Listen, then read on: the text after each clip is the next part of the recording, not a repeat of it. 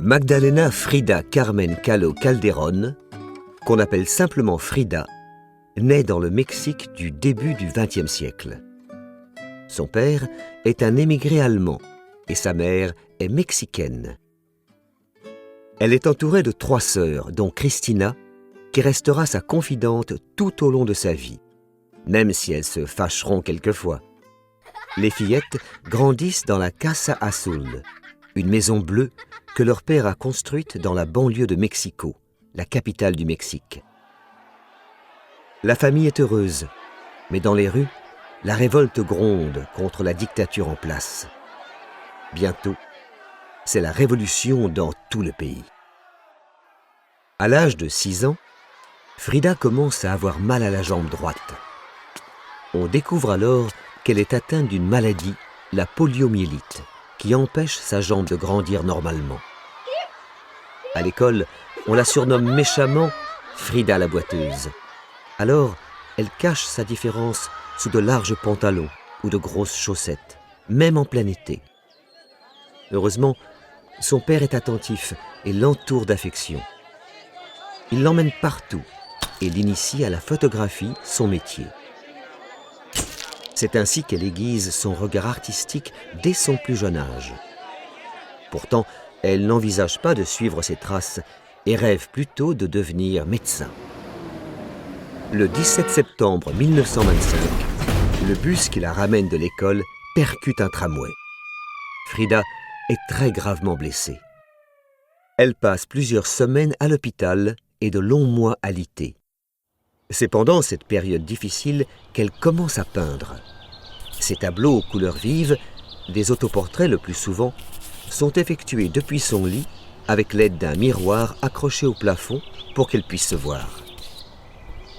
Elle s'y représente de façon androgyne, c'est-à-dire un peu garçon et un peu fille à la fois, avec des coiffures sophistiquées et de belles robes, mais aussi une légère moustache et des sourcils épais qui se rejoignent au milieu du front.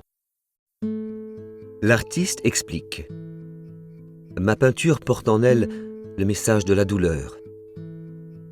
Depuis son accident, celle-ci ne la quitte plus, mais l'art est un traitement presque aussi efficace que les médicaments et les opérations. Frida se représente avec des larmes et du sang, des blessures ouvertes dans lesquelles on voit sa colonne vertébrale brisée, ou encore des organes comme sur une planche anatomique.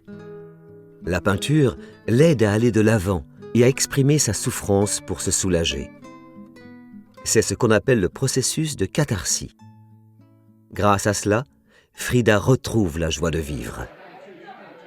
Frida s'intéresse au communisme et rejoint le parti dès 1928. La même année, elle rencontre Diego Rivera, peut-être l'artiste le plus en vogue dans le Mexico de l'époque. Impressionnée par ce personnage, elle ose malgré tout lui montrer ses peintures. Diego, fasciné par le talent de la jeune femme, l'encourage à persévérer. Pour s'assurer de ses progrès, il lui rend souvent visite. Bientôt, les 2 artistes tombent amoureux. Diego est grand, gros, et il a une 20aine d'années de plus qu'elle.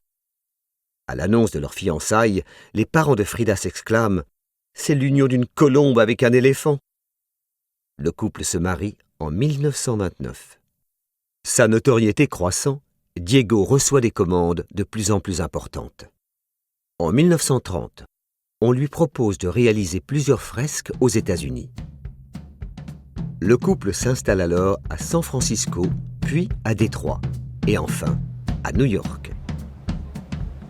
À la différence de son mari, Frida se sent très vite mal à l'aise aux États-Unis, ce qu'elle exprime dans ses tableaux en se montrant très critique. Nostalgique, elle met aussi l'accent sur sa culture d'origine, en peignant des éléments du folklore mexicain, ainsi que les paysages et la nature luxuriante de son pays natal. Après quelques années n'y tenant plus, elle retourne au Mexique avec son mari. Frida rencontre Léon Trotsky, un révolutionnaire communiste en exil qu'elle accueille chez elle.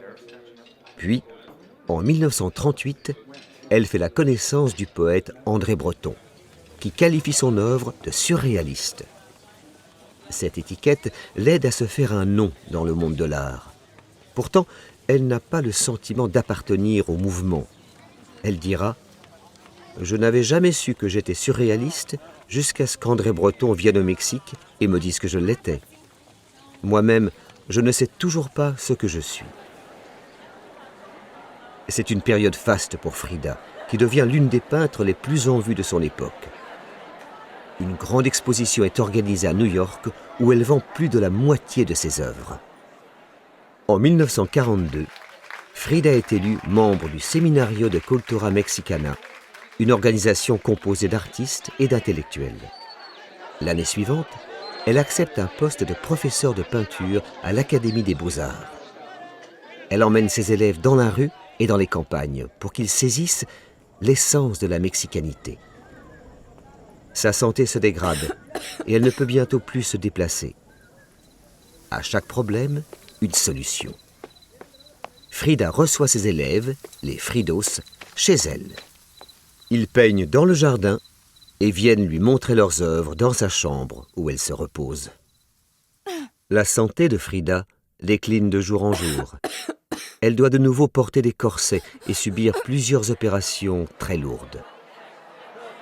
En 1953, une grande exposition est organisée en son honneur. Ne pouvant pas manquer l'événement, c'est sur son lit d'hôpital qu'elle se rend au vernissage. Elle met en scène son apparition.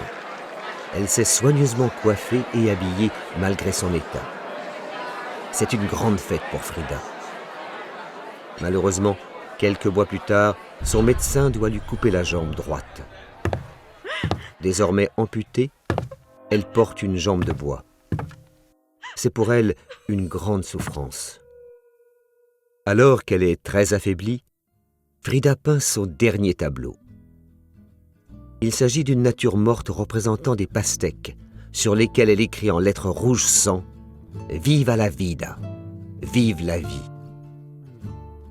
Elle semble vouloir mordre la vie à pleines dents, y croquer comme dans ses gros fruits juteux. C'est son dernier appel à la vie avant de la quitter 2 mois plus tard. Le 13 juillet 1954, Frida meurt dans sa Maison Bleue. Sa renommée lui survit et ne cesse de croître. Elle fait partie des peintres les plus célèbres du XXe siècle.